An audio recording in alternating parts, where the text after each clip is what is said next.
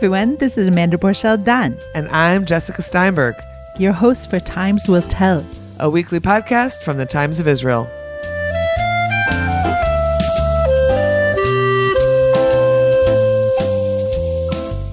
Hi everyone, it's Jessica Steinberg. This week's Times Will Tell is a recording of a sold-out Times at 10, that's celebrating our 10th anniversary, a screening in English of Cinema Sabaya, the award-winning Israeli film that is Israel's choice for an Oscar foreign film nomination, which was followed by my conversation with director Orit Fouks Rotem, also an award-winning director, at Jerusalem's Yes Planet. Have a listen and enjoy. It's really, really great to be here, and it's great to be back with a TOI screening and conversation, something that we haven't done in quite a while in this way. So thank you for being here. And I'm very pleased to introduce Orit Fouks Rotem, the director of Cinema Sabaya.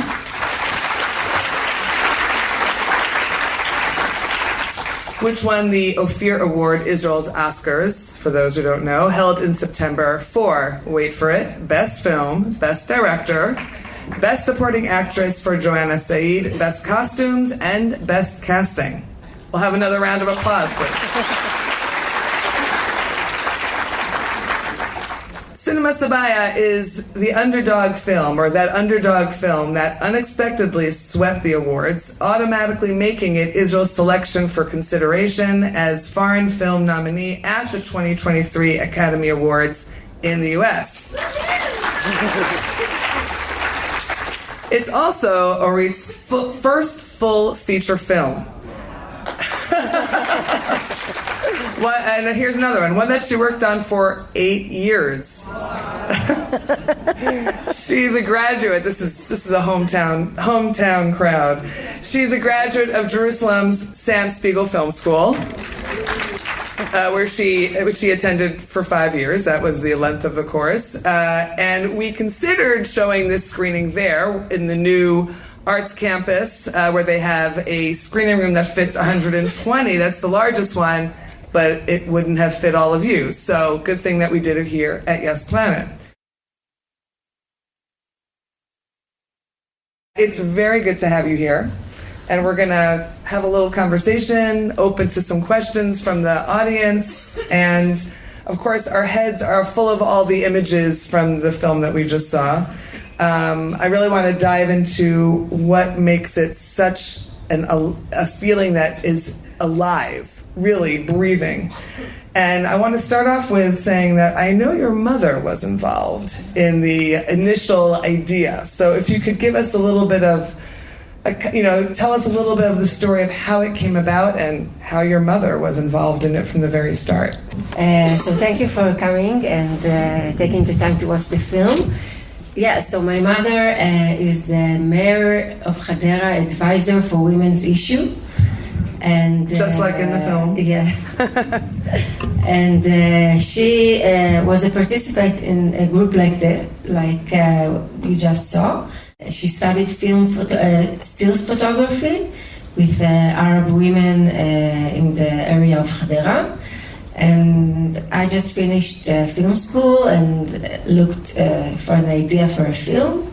And she told me about the course, and I thought it's a very interesting platform to discuss a lot of subjects through women and through women's eyes.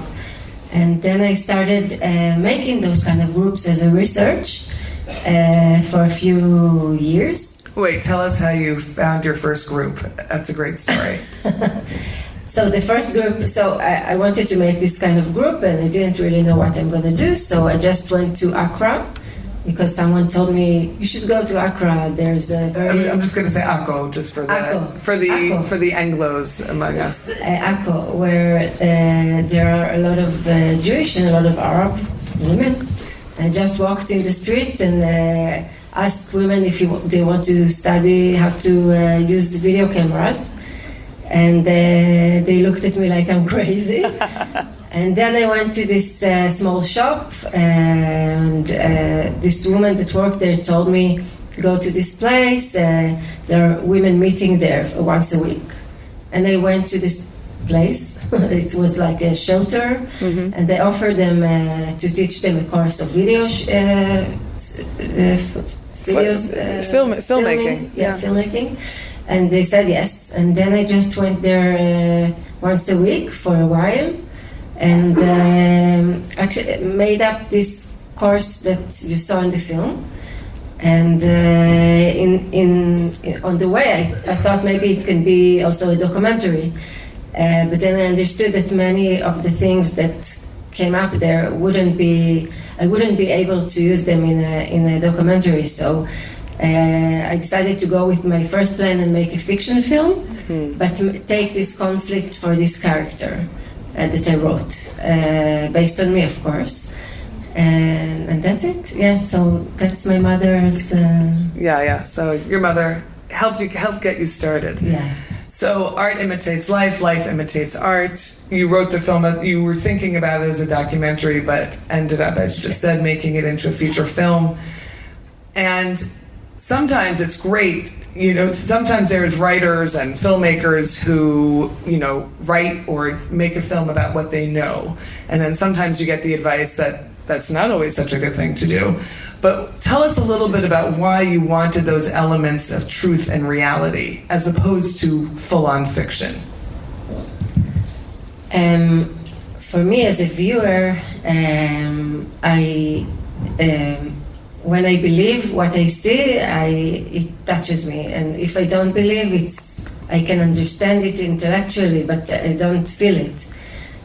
So for me, it's the most important thing to do is to make this believable, and that was the way I think to make it believable. Because a lot of people ask me after the film if it's a documentary or if it's a fiction film, mostly outside of Israel, where they don't know Dana Ivgy and any of the actresses. And for me, it's the best compliment, because it means that they weren't sure if what they see is real life or fiction. A fiction. So, for me, in order to touch people, I need to make them believe. Talk about the actors a little bit. Dana Ivgy, the main character, Rona, the filmmaking teacher, is a very well-known actress who actually was up for 2 Ophir Awards in September, both for this film and for another film. But she's the most well-known actor in the film. The rest some of them had never acted before, correct? And some of them just hadn't really acted a lot. Could you tell us a little bit about the casting process, how you found these women, who they are in real life? So all of them are actresses except of one, Liora Levy, that lives in the yacht. She really lives there, and I found her through my script advisor, which is kayaking, and met her in the sea, and told me I just have to meet this woman to take her to my film, and then I met her and wrote her after that. So she's the only one who's really known actor. Did you have to convince her? No. It was her dream for a long time. Because she asked my friend, she told her she's also a director, and she said, "Oh, I want to be in the film," and then she told me. And so she was, at the beginning I wasn't sure if she can act, and I also made auditions for her character. It's really funny to think that someone can do this. Else could be her. Yeah, she's one of a kind.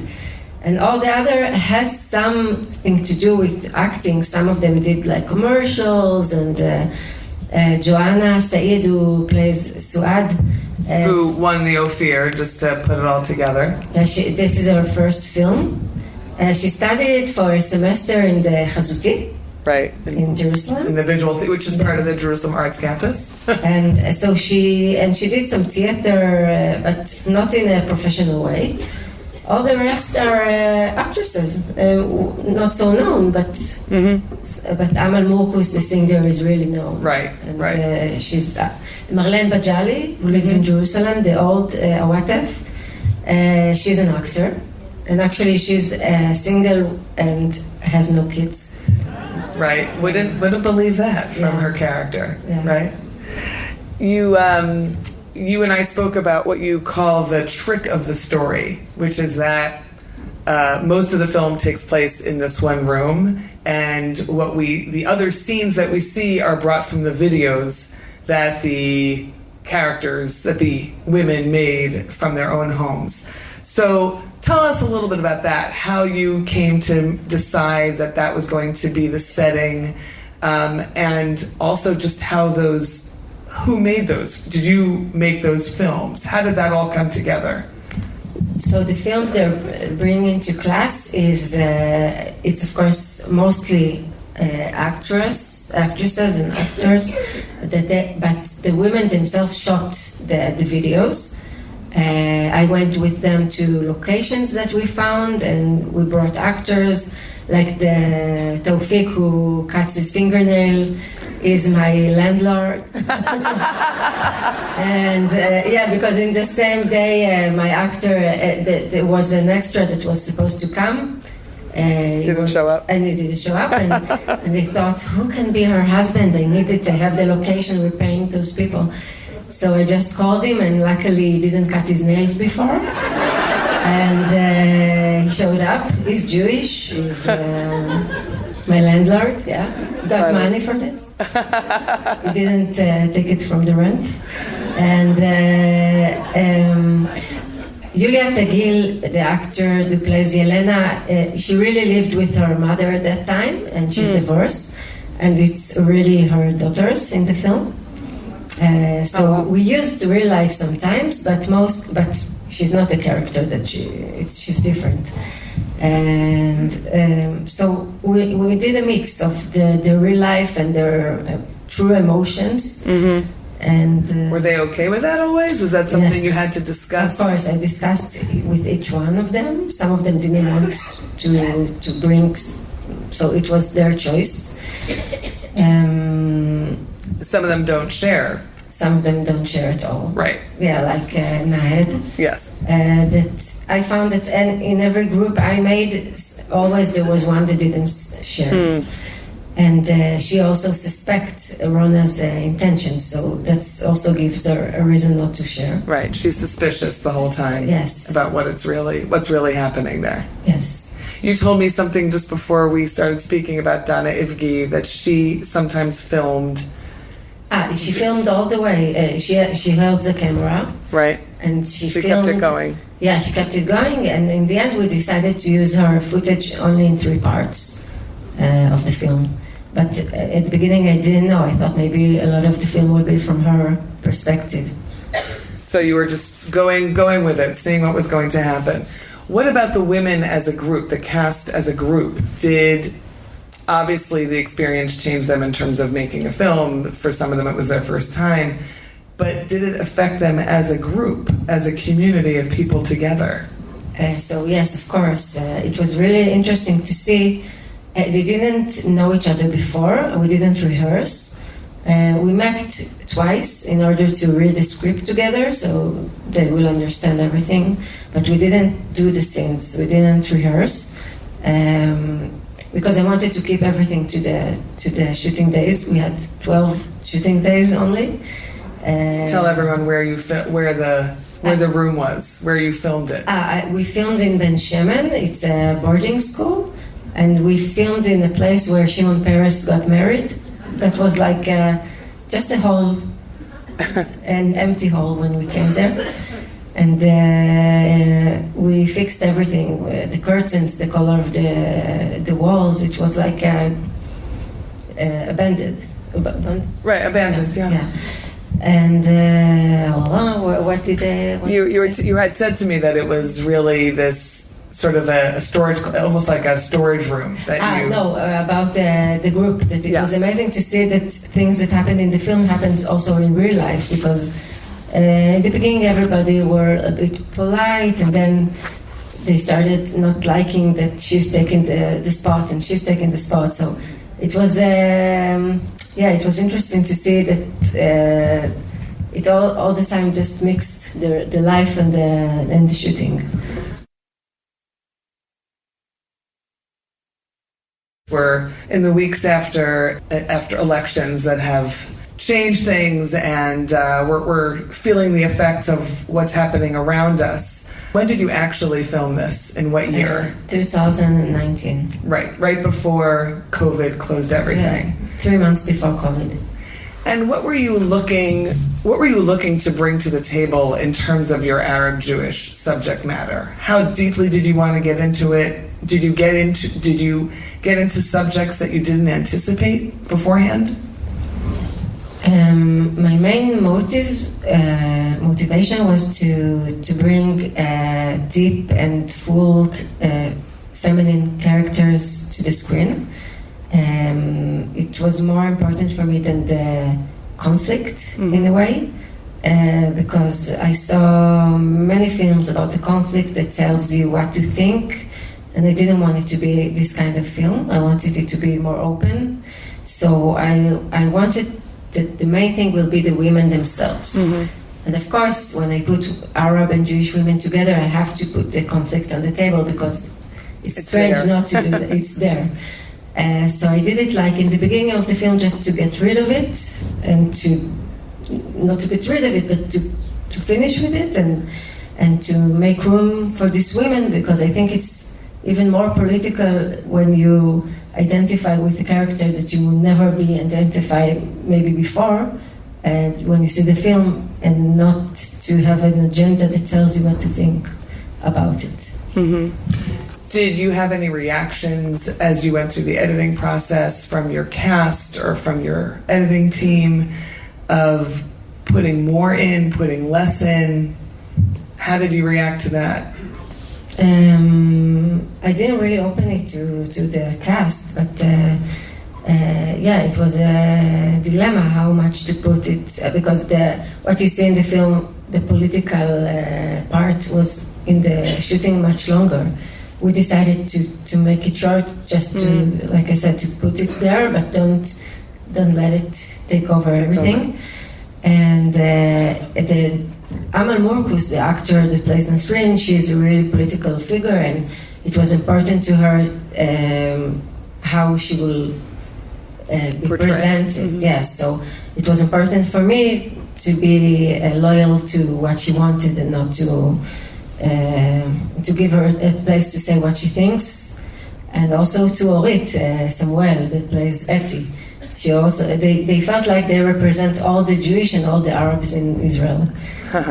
So I tried to tell them it's not true, but in a way it's a bit true, because when people see it outside of Israel, mostly they look at this like as a representation of what is happening. Yeah. So you just came back from a road show in the States, showing the film, working on exposing it in terms of the Oscar nomination. Before we get into that piece of it, what was it like to show it to audiences out there? What were their reactions to this film that is presenting what is happening here, but not intending to necessarily? I think it was just after the elections, so a lot of questions were about the elections and what's going to be in Israel now. And, forget the film, just tell us how it is. Yeah. But not in an emotional way. They reacted like in Israel. Everyone has a character that he likes the most, and the questions were a lot about the work in progress and how we got this authenticity that there is in the film. So it wasn't really different in that part. Okay. So you are in this race to try and win the Oscar nomination. Yes, we are. The voting starts in the 12th. Okay, next week. Next week. No pressure. No pressure. If you know any Academy members, please tell them to see the film. Yeah. It's amazing how many people know Academy members. It's a really small world. Tell us a little bit about the process. Yeah, so how does it? No, it's fine. But tell us a little bit how it works, because there's always this line that that I'm constantly writing every year. Okay, and this film, because it won the Ophir, it is now automatically Israel's nomination for the Oscar nomination. Yeah. So it's now there is 93 films from all over the world. That's what you told me. And in the 12th until the 15th, they're voting for the 15. It's the short list. and who goes to the shortlist competes to be in the 5, and then you're a nominee. You're in the Oscar. But the catch that you taught me is that not every member of the committee necessarily sees every film, because there's 93 films. You get like, I think, 8 films, and you can vote for 15 films, to rate 15 films, and it's supposed to be equal, but I don't know how it really works. It's a lot about money, I see, and big companies like Netflix that runs a film can have more impact. Mm-hmm. And the Jordanian film now gets a lot of attention thanks to our government. Yes. And thanks to, Right. So, of course, you want this nomination, but at the same time, how does it actually feel to be in this place? In other words, it is your first feature film. It did do incredibly well. It's a film that really catches people emotionally and through the vibrancy of what we see on the screen. Where are you right now in terms of the Cinema Sabaya effect on yourself? Where do you want to go with all of this? Besides, obviously, wanting a nomination, that would be pretty nice. Yes, and in a way, it's a really greedy. I don't know, greedy. Maybe it's not the word, but all the time you want more and more. You win this, you want this. In a way, I want it to end and to have a good memory and keep going to the next film. Okay. Well, we want to see what your next film is. Thank you very much, Orit Fouks Rotem. Thank you. We have time for a couple of questions if we have any in the audience. Let me just repeat the question. The question is that there's very clearly religious Arab women in the group, but no clearly religious Jewish women in the group. And what's the reason for that? Yes, so it's a question actually I get a lot, and I have to say I didn't do it intentionally. I didn't even think about the characters that have a hijab as religious, except of Awatif, but Suad for me is just wearing a hijab because it's tradition. And I didn't want to reflect all the society. We don't also have Ethiopian here, or I don't know, many. It's not supposed to be like a portrait of the Israeli society in an equal way.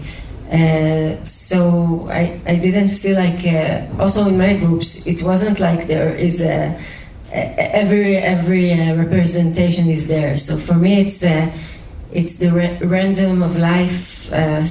It's not in intention or to say something. Eti was in the script more like traditional. When she say about it's not kosher, and she knows things about Jewish life. Yeah, religion. So she was the one that's supposed to be more like tradition, but it's not intention. Question right over here. Are the lines in the script as is, or are any of them ad-libbed? That you permitted into the film. Were any of the lines in the film ad-libbed at the moment of filming, and then you allowed them to be put into the film? In other words, was there a script? Yes. Was there a script, or was there ad-libbing? A lot of just on bamakom? Improvising. Okay. It was scripted, but I gave the actresses a lot of freedom. And also parts of it were like in the documentary, when we showed the video to the actresses, they saw it for the first time on the set, and we first shot their reactions, not the long shots. We didn't want to miss the reactions for the first time, so a lot of it was improvised and really spontaneous. But we had a skeleton of the script, and they could improvise on it. We sometimes had takes of like half an hour takes that just continued talking, and we used that. Yeah, we have a question over here. Questions of budget and how long it took Orit to write the... Thank you. It took me 8 years to make the film. I think the writing was in a lot of breaks, so I can't really tell you exactly, but it took time. It took a few years.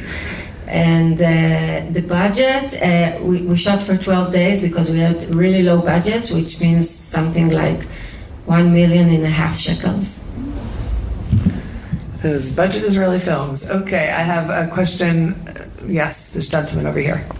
How do you transition from this type of film, which is a kind of imitation of a documentary, to what would be your thought process, to another type of film which may be completely fiction, not based at all on, and it would seem to me to be such a stark move to go from one genre into another. So do you think about that?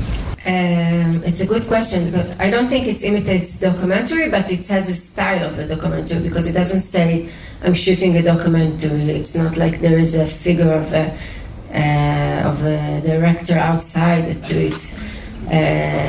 So for me, it was a revolution. Iranian Revolution, right?